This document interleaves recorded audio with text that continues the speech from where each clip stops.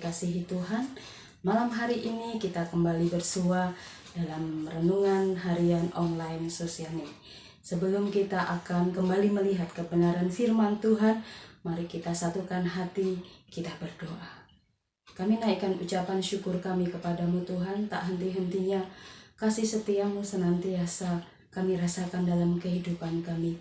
Dan biarlah lewat kesempatan malam hari ini, di mana Engkau kembali akan menguatkan iman percaya kami lewat kebenaran firman-Mu. Biarlah Engkau menguasai hati pikiran kami, tubuh jiwa roh kami, agar kami mampu menyelaraskan kehidupan kami seturut dengan isi hati dan pikiran-Mu lewat sabda firman-Mu.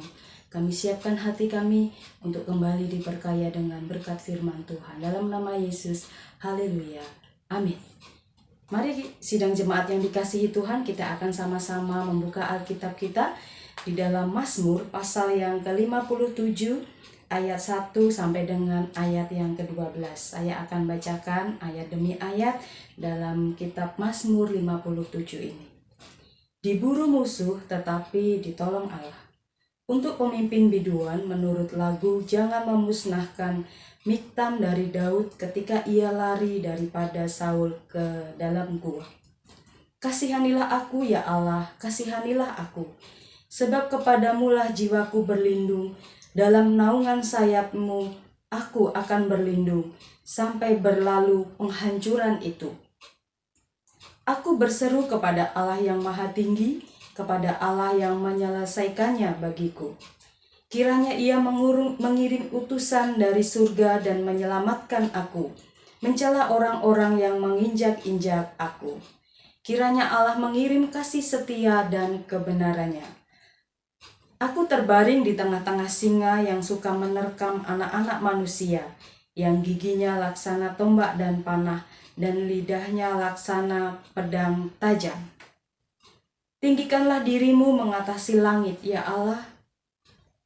Biarlah kemuliaan-Mu mengatasi seluruh bumi. Mereka memasang jaring terhadap langkah-langkahku, ditundukkannya jiwaku.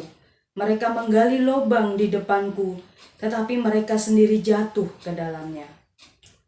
Hatiku siap, ya Allah, hatiku siap. Aku mau menyanyi, aku mau bermazmur. Bangunlah hai jiwaku, bangunlah hai gambus dan kecapi. Aku mau membangunkan fajar.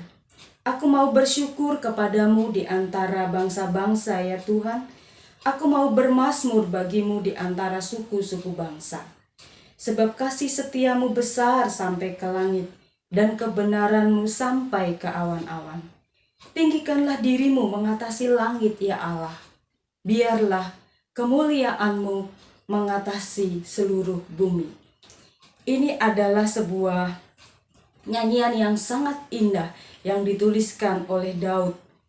Tetapi ketika kita mencermati ayat demi ayat, syair demi syair, bait demi bait yang dituliskan oleh Daud ini, mari kita akan sama-sama menggali pengalaman apa yang dialami oleh Daud sehingga Daud menuliskan nyanyian ini.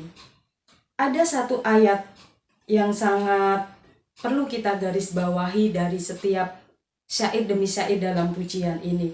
Ayat yang ke-7. Mereka memasang jaring terhadap langkah-langkahku, ditundukkannya jiwaku. Mereka menggali lubang di depanku, tetapi mereka sendiri jatuh ke dalamnya. Ada peristiwa apa yang dialami oleh Daud sehingga Daud menuliskan sebuah peristiwa yang sangat memilukan ini? Saudaraku yang dikasihi Tuhan, mari sama-sama kita akan kembali melihat ke belakang peristiwa apa yang sedang dialami Daud. Kesulitan apa yang dialami oleh Daud. Tetapi pada akhirnya Daud tetap bisa berkata, bangunlah hai jiwaku. Ada kekuatan tersendiri yang dialami oleh Daud, walaupun dia sedang ada dalam kondisi-kondisi yang membuat hidupnya tertekan. Kita akan mundur ke belakang. Kita akan buka Alkitab kita di dalam 1 Samuel pasalnya yang ke-22. 1 Samuel pasal 22 ayat 1 sampai dengan ayat yang ke-5. Ini adalah peristiwa yang dialami oleh Daud pengalaman pahit yang dialami oleh Daud. Tetapi Daud tetap menang atas pengalaman pahit tersebut. Peristiwanya apa? Mari kita sama-sama baca. 1 Samuel 22 ayat 1 sampai dengan ayat yang kelima. Daud di Gua Adulam. Lalu Daud pergi dari sana dan melarikan diri ke Gua Adulam. Ketika saudara-saudaranya dan seluruh keluarganya mendengar hal itu, pergilah mereka ke sana mendapatkan dia. Ternyata Daud sedang ada dalam masa pelarian karena dikejar-kejar oleh Saul. Sebuah peristiwa yang tentu membuat hidup Daud merasa sangat tertekan, sebab hidupnya ada dalam kemarahan yang dialami oleh seseorang, yang membuat sehingga nyalinya merasa ciut, dan ia melarikan diri ke sebuah gua. Ayat yang kedua. Berhimpunlah juga kepadanya setiap orang yang dalam kesukaran, setiap orang yang dikejar-kejar tukang piutang, setiap orang yang sakit hati, maka ia menjadi pemimpin mereka. Bersama-sama dengan dia ada kira-kira 400 orang. Saudaraku yang dikasihi Tuhan, sudah dalam tekanan karena dikejar-kejar oleh Saul yang hendak membunuhnya. Daud diperhadapkan kepada situasi yang lebih mencekam lagi. Apa itu? Bukannya dia diperhadapkan kepada situasi yang sedikit mengurangi ketegangan hidupnya, tetapi justru ketika ada dalam persoalan yang besar, Daud justru dibawa oleh Tuhan kepada sebuah situasi-situasi yang lebih berat lagi. Ia dikelilingi oleh orang-orang yang juga mengalami pengalaman yang sama, hidup dalam ketakutan, hidup dalam kekhawatiran, hidup dalam sakit hati. Saudaraku yang dikasihi Tuhan, seringkali memang Tuhan izinkan peristiwa ini terjadi dalam kehidupan kita. Sudah terjatuh, masih tertimpa tangga pula. Betapa sakitnya pengalaman seperti ini. Kalau kita mau tawar-tawaran kepada Tuhan, Tuhan, ketika aku dalam kondisi terhimpit seperti ini, tolong dong jangan tambahin lagi persoalan hidupku. Tetapi justru ini yang terjadi dan dialami oleh Daud dalam masa-masa yang sulit dalam hidupnya. Justru Tuhan mengizinkan peristiwa lebih sulit lagi menghampiri dia. Dia didatangi oleh orang-orang yang berkeluh kesah. Dia dihampiri oleh orang-orang yang sakit hati. Dan jumlahnya tidak kira-kira 400 orang. Manakala kita sedang diperhadapkan situasi seperti ini, sikap apa yang harus kita ambil? Belum satu persoalan selesai, Tuhan tambahkan lagi persoalan yang lain. Persoalan yang lain belum selesai, yang lainnya lagi ada di depan kita. Baru kita terkapar dalam kondisi yang tidak menentu. Tuhan izinkan sebuah situasi menghampiri kita. Orang-orang berdatangan kepada kita dan meminta pertolongan. Tentu ini bukan hal yang mudah untuk kita lakukan. Sebab ketika kita membutuhkan pertolongan, bukan pertolongan yang menghampiri kita. Justru orang-orang yang membutuhkan pertolongan kita yang datang kepada kita. Tetapi mari kita akan lihat kembali ayat selanjutnya. Dari sana Daud pergi ke Mispa di Moab dan berkata kepada raja negeri Moab, "Izinkanlah ayahku dan ibuku tinggal padamu sampai aku tahu apa yang dilakukan Allah kepadaku." Ini adalah tindakan yang dilakukan oleh Daud ketika ia mengalami sebuah kesulitan. Daud ternyata tidak menunjukkan keegoisan dirinya. Dia tahu apa yang harus dia lakukan untuk tetap menjaga hati orang tuanya. Sikap yang luar biasa Bapak Ibu, Saudara dan Saudariku yang dikasihi Tuhan. Daud memberikan keteladanan kepada kita untuk kita tetap bisa memilih dan memilah apa yang harus kita lakukan ketika kita sedang ditimpa musibah. Justru ketika kita ditimpa musibah, orang-orang pun datang kepada kita minta pertolongan. Pilih dan pilah apa yang harus dilakukan terlebih dahulu. Daud ingat, dia tidak ingin melimpahkan, dia tidak ingin membuat orang tuanya merasa khawatir dengan kondisi ini, sehingga dia berniat untuk membawa orang tuanya ke tempat yang lebih nyaman, supaya tidak terganggu dengan kondisi-kondisi yang dialami oleh Daud. Ini tindakan yang luar biasa. Mampu memilih dan memilah mana yang harus dilakukan terlebih dahulu untuk mengatasi dan menyelesaikan setiap bagian-bagian persoalan dan kesulitan yang dihadapi oleh Daud. Dan selanjutnya kita baca, lalu diantarkannyalah mereka kepada raja negeri Moab, dan mereka tinggal bersama dia selama Daud ada di kubu gunung.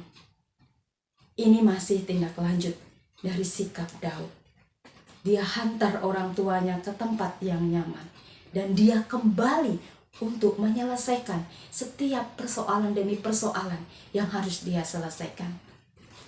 Ayat yang kelima, tetapi Gad nabi itu berkata kepada Daud, kita perhatikan ayat ini, janganlah tinggal di kubu gunung itu, pergilah dan pulanglah ke tanah Yehuda.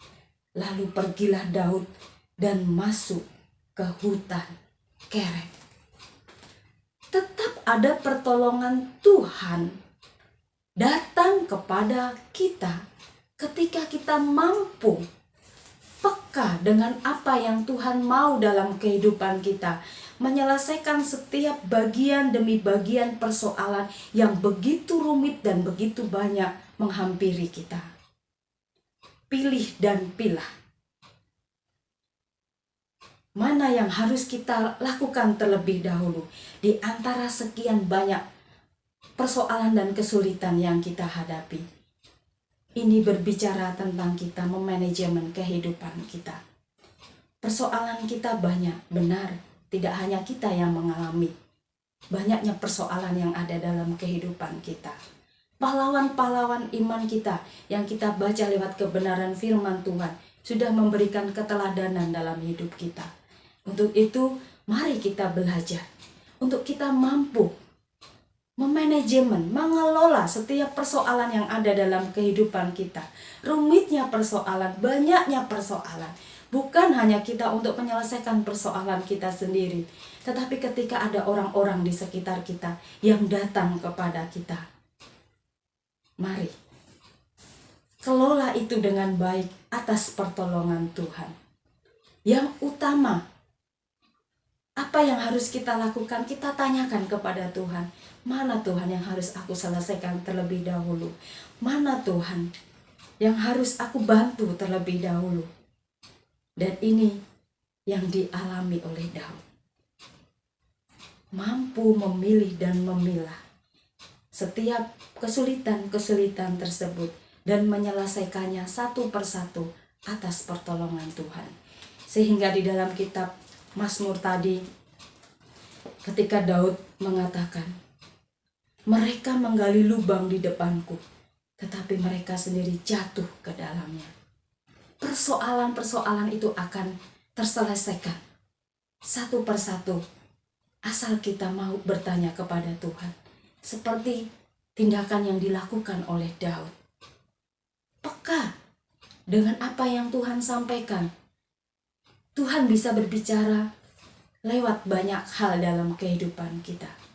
Mari peka dengan suara itu. Mari peka dengan apa yang Tuhan tunjukkan dalam kehidupan kita. Ketika Tuhan menuntun kita untuk menyelesaikan setiap persoalan demi persoalan yang datang menghampiri kita. Sehingga kita bisa berkata seperti Daud, hatiku siap ya Allah, hatiku siap, aku mau menyanyi, aku mau bermazmur. Bangunlah hai jiwaku, bangunlah hai gambus dan kecapi, aku mau membangunkan fajar. Dan ini doa kita juga saat malam hari ini. Aku mau bersyukur kepadamu di antara bangsa-bangsa ya Tuhan. Aku mau bermazmur bagimu di antara suku-suku bangsa.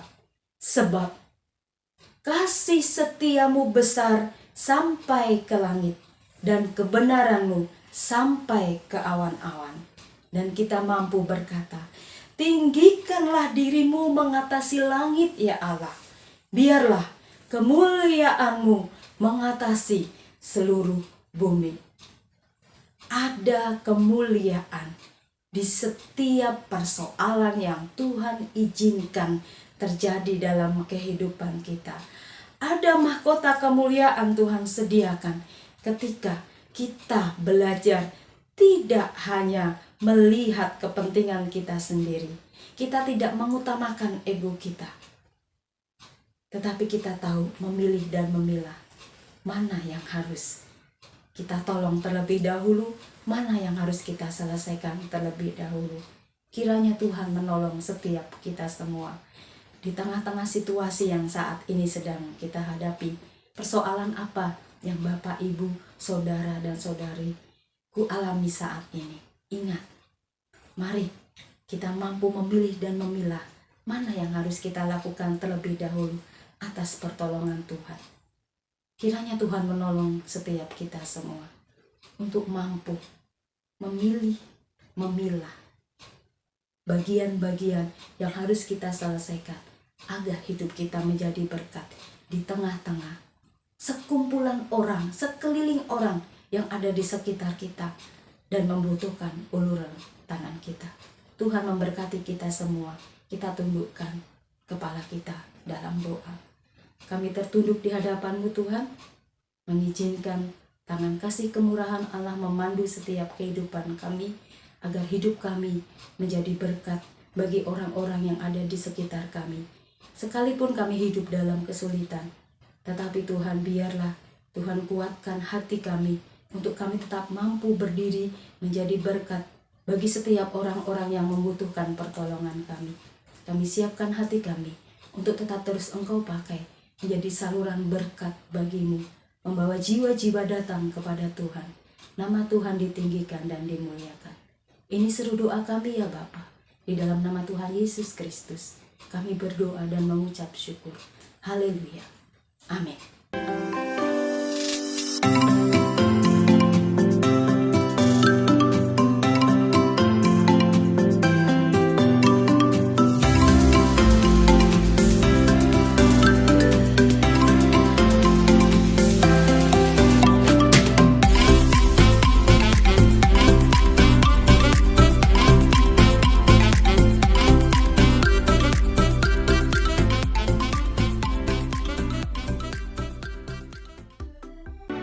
Gerejaku adalah rumahku.